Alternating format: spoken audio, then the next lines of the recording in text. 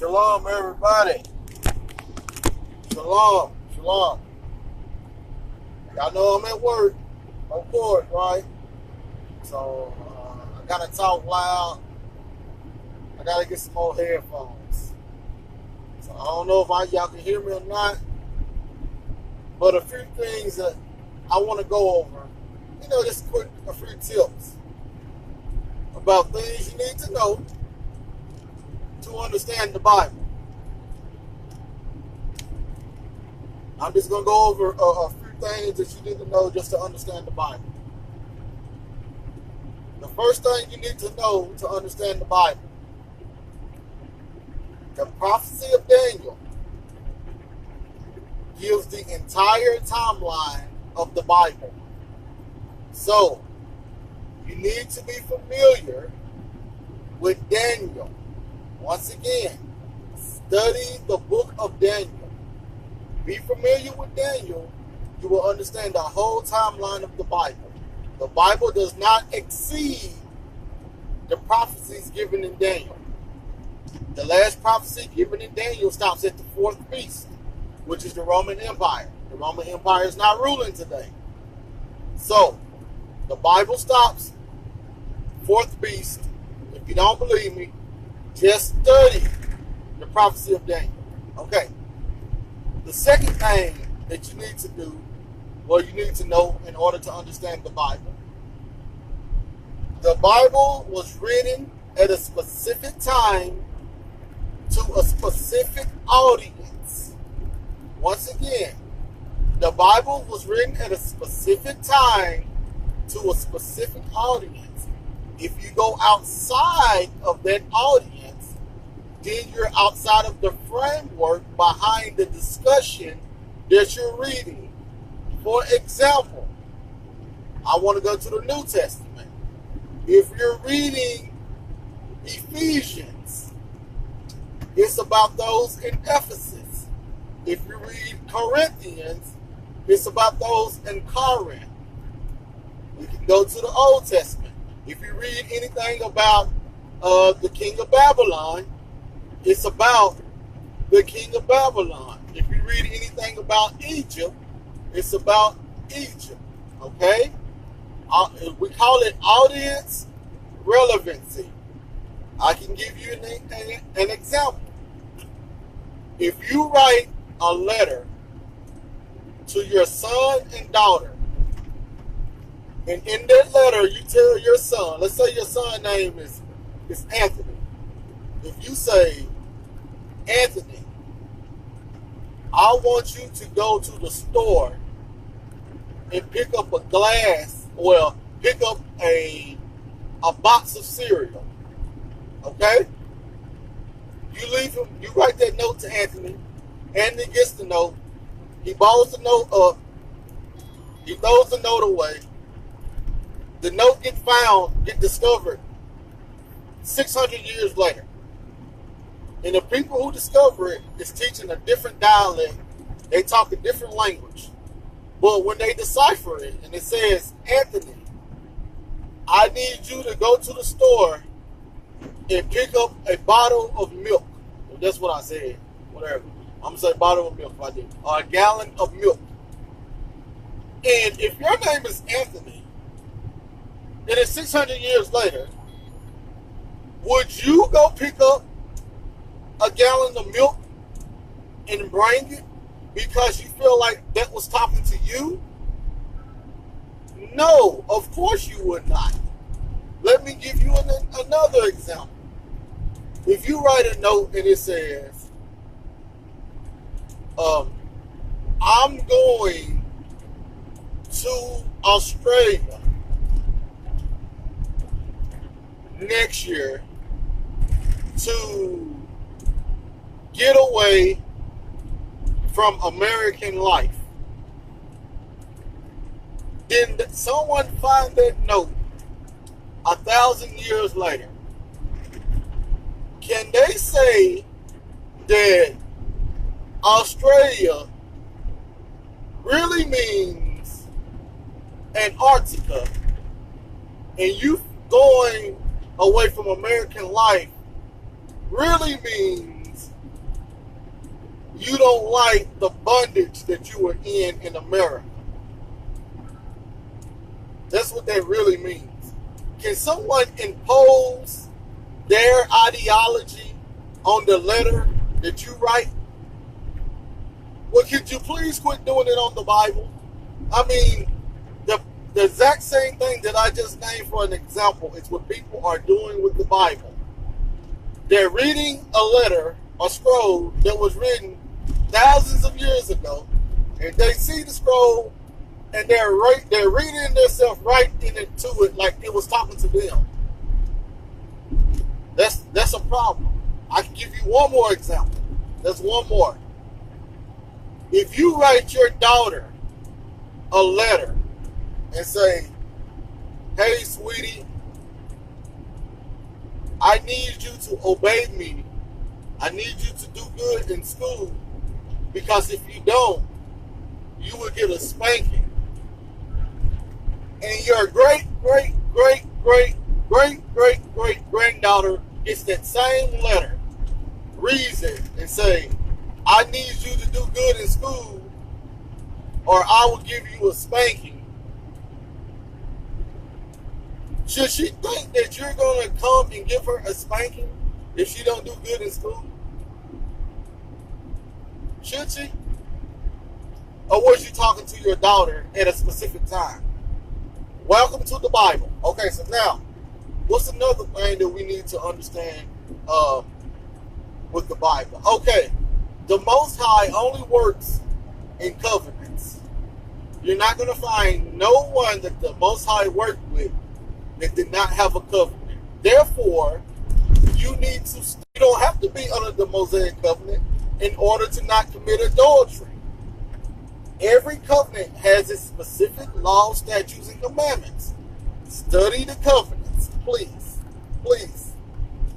What else you need to understand? What else we need to know in order to understand the Bible? The feast days. The feast days was created for a specific purpose. The feast days themselves are a timeline. Just like in Daniel 7, when the 4 beasts are a timeline, the feast days are a timeline to the completion of the Bible. Once again, the feast days are a timeline to a completion of the whole Bible. The whole Bible revolves around the feast days. So if you don't know the purpose of each feast day, you will not understand the transition of the Bible. It's impossible. So, what else we need to know in order to understand the Bible? Prophecies. All prophecies build off of each other. So you need to know the prophecies, because this one prophecy might say something, and this other prophecy might say something that goes along with that first prophecy, but it adds more things unto it, which that's how the Most High worked. He never gave anybody the full deal. He gave them all whatever they needed to know at that time, and then other prophets came and built off of that first prophecy. Anyway, every prophecy in the Bible is built off of the let me take it back. Every prophecy after Moses is built off of the Mosaic covenant, and Moses his covenant was actually built off the promises to Adam. But every major prophecy in the Bible is found within Deuteronomy 28 through 33. Every prophecy in the Bible is there. Everybody is pulling from that same source.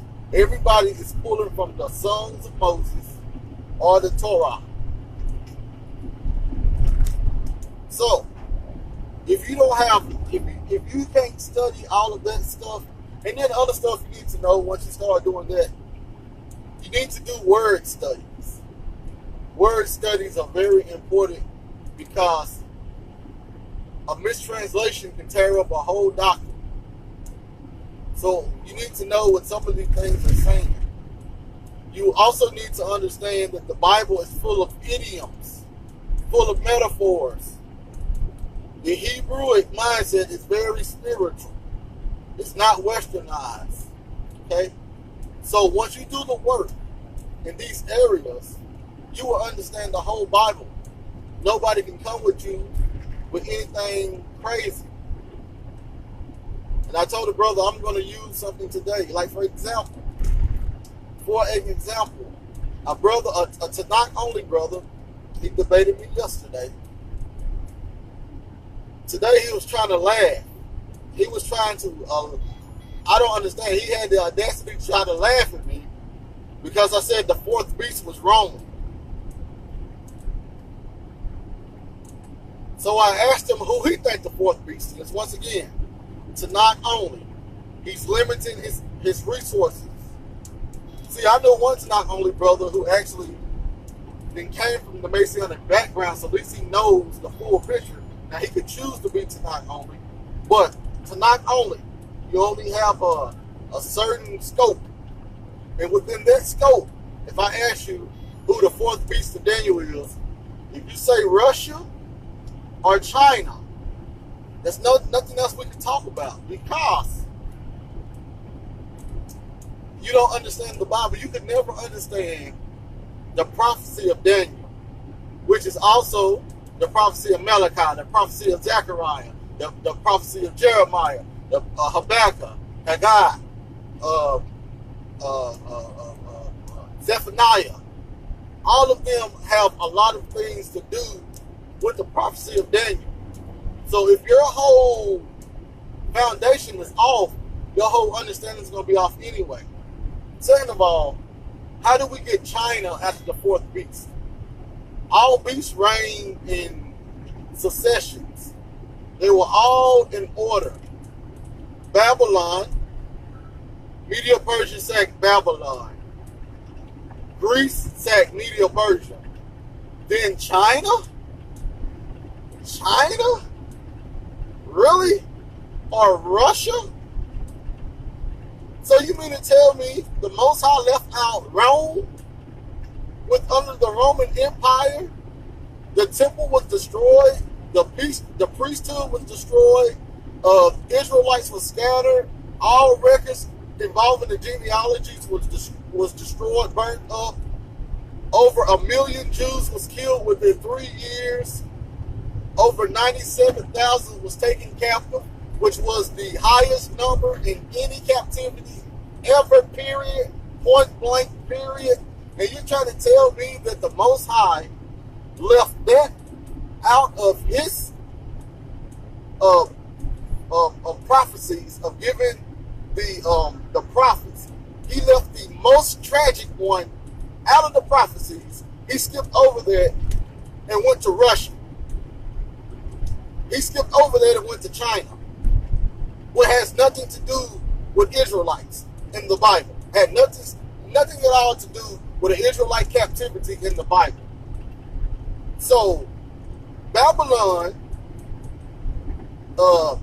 had Israel into subjection. Medio-Persia had Israel into subjection. Greece had Israel into subjection. And then Russia, China, and these are the people y'all want me to debate. No, I can't do it. I can't do that. This is why everybody don't need to teach the Bible. This is why we have a lot of different doctrines, because it's hard to believe the word. Because if you believe the fourth beast is Russia, which it is, and if you look at the timeline in the world, and you realize Russia was destroyed in year 400 AD. And the Bible says during the fourth beast, judgment is set and the books are open. That's the great white throne judgment. So, the Bible itself and all prophecies cannot go past 476, whatever it is, AD. Now, I say the last prophecy in the Bible deals with the destruction of the temple. because that's what Christ says. So I say the Bible cannot go past 70 AD. But if you don't take that, the Bible cannot go past the Roman Empire. You got me saying Russian. Also, you will not find the Roman Catholic Church inside scriptures. You won't find it. You will not find the Pope inside the scriptures. The only way you do that is if you place him there. If you put him there, if you personally put him there, history is not going to do it. History said this little horn that popped up, that spoke great things against the Most High, tried to sit in the temple of the Most High, saying he is God. When did the Roman Pope sit inside Jerusalem's temple talking about he's God? Where did they do that at? When did that happen? When did that ever happen? They can't just create their own temple and say, look, he's inside the temple right now. No, we're talking about temples that the Most High was inside and he ordained. This little horn was inside of the Most High's temple. The temple that the Most High said was his temple. You know, King Herod, the temple that King Herod helped finish furnishing, which actually didn't get done, but that temple. You know, the temple that was around during the fourth beast. That real biblical temple. The temple in the Bible. We can't start making up stuff because we don't want to believe the Bible. So if we believe the Bible, we got to believe that the Bible has been fulfilled already. If we don't believe the Bible, then we come up with this futuristic doctrine. Well, Christ is coming in the future. 400 years is going to be up this year. And we're going to be whooshed to the land. All of the stuff, it doesn't fall in the timeline of the Bible, and it never will. Let me show you why it don't fall in the timeline of the Bible. Okay. We have the Great White Throne Judgment, right? We have, if this the 400-year prophecy where everybody's supposed to go in the land, right? Then we have another prophecy that the nations of Japhet is supposed to take the people who escaped from the destruction of Israel into the new land, into the mountain land, and they all supposed to flow into the Most High. So how is this going to happen? The 400 years the destruction of Israel, and then the Japhet people are going to come over and take us up into the mountain, and then the Great White Throne Judgment is going to happen while we're in the mountain? Or does the Great White Throne Judgment happen before we get to the mountain? Or does the new temple, the new kingdom come about, the one that people are misquoting Ezekiel, does that come about before the 400 years or after the 400 years, before the Great White Throne Judgment or after the Great White Throne Judgment? And if the new heavens and the new earth is going to be literal heavens and earth, does the 400 year happen before or after the new heavens and the new earth? Does the Great White Throne Judgment happen before the new heavens or the new earth? Does the people bringing us into the land to worship the Most High, does that happen before or after the new heavens and the new earth? It's so much confusion when we want to make everything about our future. So many things that got to happen that cannot happen. So many things can't flow because of that. So I'm here to tell y'all, there's plenty ways to understand the Bible. I gave a few tips. But the main reason, the main way is to believe what it says. If it says Babylon, it's talking about Babylon. If it say Media Persia, it's talking about Media Persia. If it says Greece, it's talking about Greece. If it says Rome, it's talking about Rome. If it says the Corinthians, it's talking about those in Corinth. If it says 7 churches in Asia, it's talking about 7 churches in Asia Minor. This is how we understand the Bible. Keep it in its historical context, in its foundation, and then you will understand, since the Bible has been completed, since the great white throne judgment has occurred, since the new heavens and the new earth was actually the temple, and we have a new heaven and a new earth, which the Most High, Christ is the temple. Christ is the temple. The Most High is the temple. They're both on the foundations of the temple. They both are the light.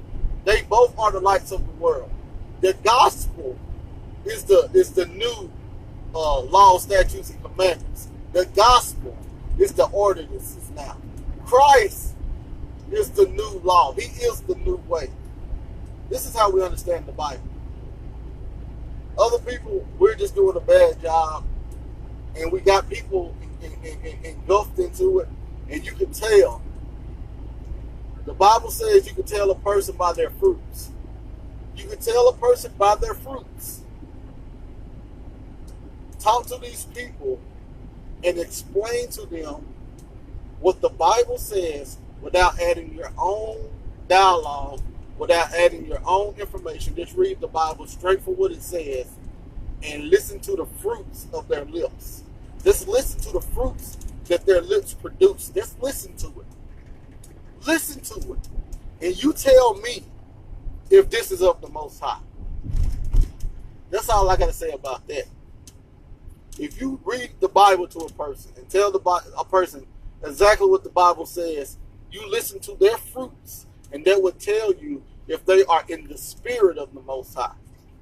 The Most High ain't finna be dwelling with y'all, cussing people out, y'all trying to belittle people, and all that stuff. You don't have the spirit of the Father in you. He's far away from you. You have the spirit of yourself. That's more of Satan characteristics than anybody. The Most High is not dealing with that. Now, we can joke all day, but once you're trying to hurt somebody mentally, once you're trying to do that, the Most High is not with you. And I can give a perfect example. Well, now I'm gonna leave it alone.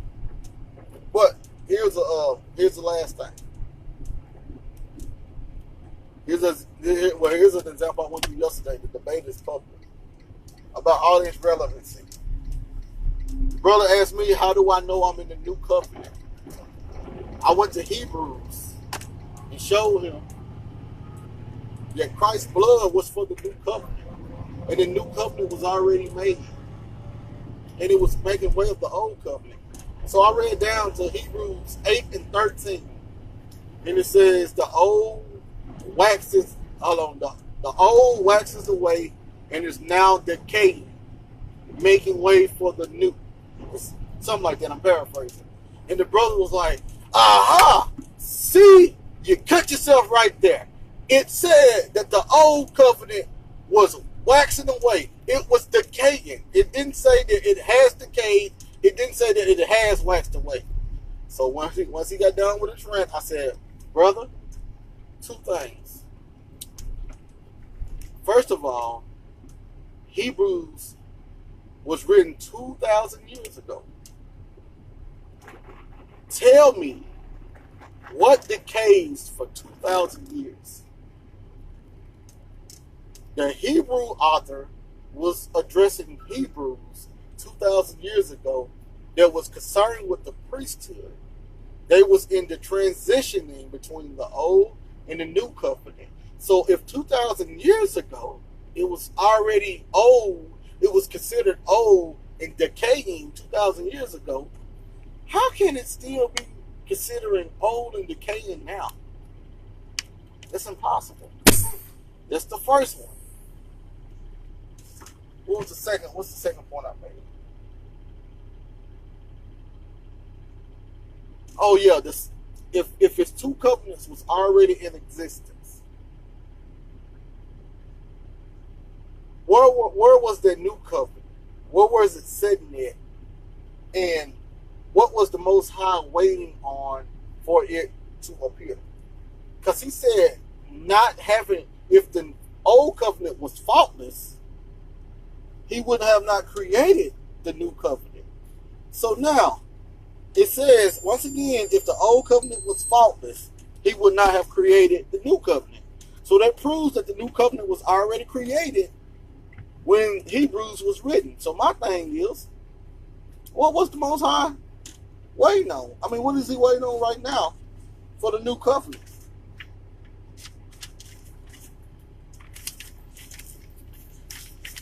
It never pans out. It never makes sense. I believe the Bible above all. And I also trust in deductive reasoning.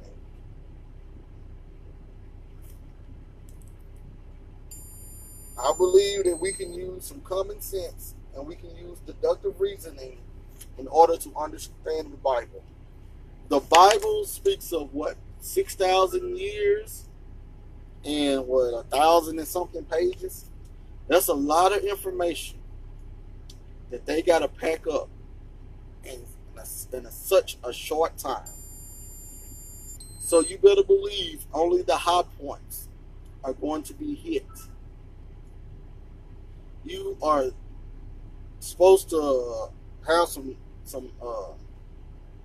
deductive reasoning going on, because the people that it was addressed to was living in the society. They was living in the society already, so they knew what was going on in their everyday lives. So it was no need for the authors to detail that information of what was going on the first day, and what happened the second day, and what happened the third day, what happened the fourth day, what happened day 29, what happened day 30. The Bible don't go into detail like that, and the reason is because the people that lived in the society back then, they was actually living through the experience. They didn't need nobody to tell them what happened 2 years ago, because they lived 2 years ago to see it.